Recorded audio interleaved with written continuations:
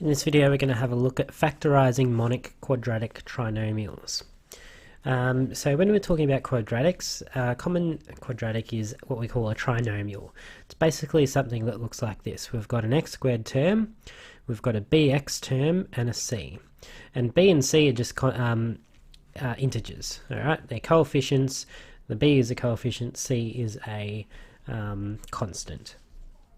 So for example, it could look like something like this: x squared plus 8x plus 12. Or it could be x squared take 3x plus 4.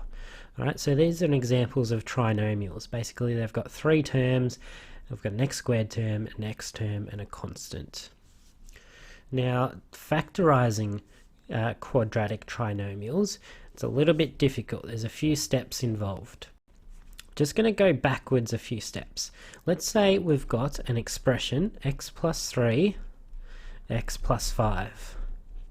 And we're going to expand those. So to expand these brackets, just like in our previous sections, we're going to multiply the x by every term in the second. So x plus 5. And then the 3 is going to get multiplied by the x plus 5 as well. Alright, so x and x gives us x squared, x and 5 gives us 5x, 3 and x give us 3x, 3 and 5 give us 15. From here we can collect our like terms, so x squared, 5 and x, 5x and 3x give us 8x plus 15. Alright, so that's what we get when we expand our binomial product. Now, having a think about it, let's go backwards, because that's what we're trying to do. Is factorising is going the opposite way as expanding brackets. So we're going to start with an expression, and we're going to start with this one that we already know the answer to.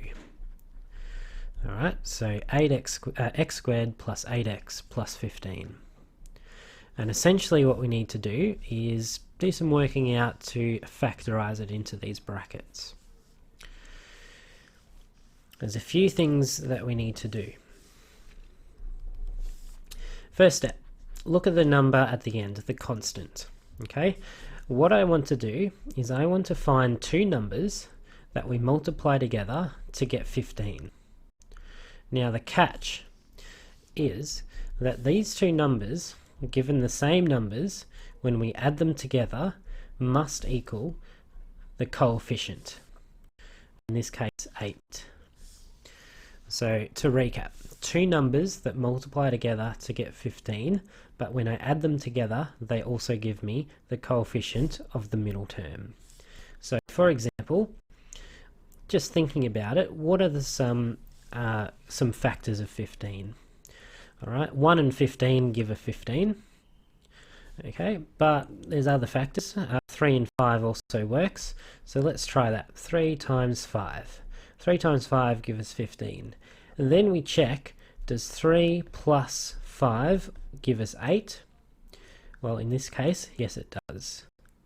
So what I want to do is I'm going to say my x squared term, that doesn't change. We'll keep that as x squared. But here, I'm going to take this number and multiply it by x. And I'm going to take this number and multiply it by x. Alright, so essentially what I've done is I've split this 8x into 3x and 5x. And at the end, I'm going to keep it as 15. Alright, now I need to well, basically looking at this line, okay, this is pretty much this one here. So we've just done one step to get back to this. Alright, our next step is how do we get from this into something that looks like this? Alright, and it's not quite easy to see, but essentially put a bracket around the first two terms and put a bracket around the second two terms.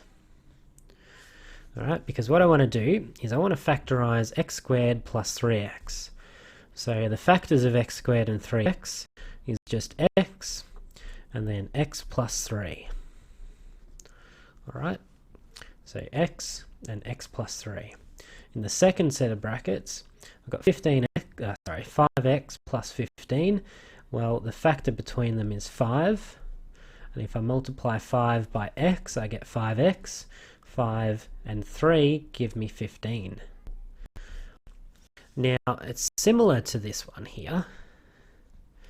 Okay, very similar. It's not quite the same.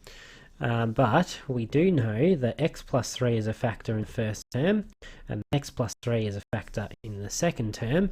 So let's take that as my first factor. Alright, so essentially I'm taking that and putting it out the front. And what I'm left with is this x and plus 5. X plus 5. Okay, and interesting enough, I have just factorized the expression. Okay, so we've just done the opposite direction. Alright, I know this looks very strange to start with, and this will make more sense with more practice. Okay, so I'm just going to leave it here, and in the next video we'll have some more examples.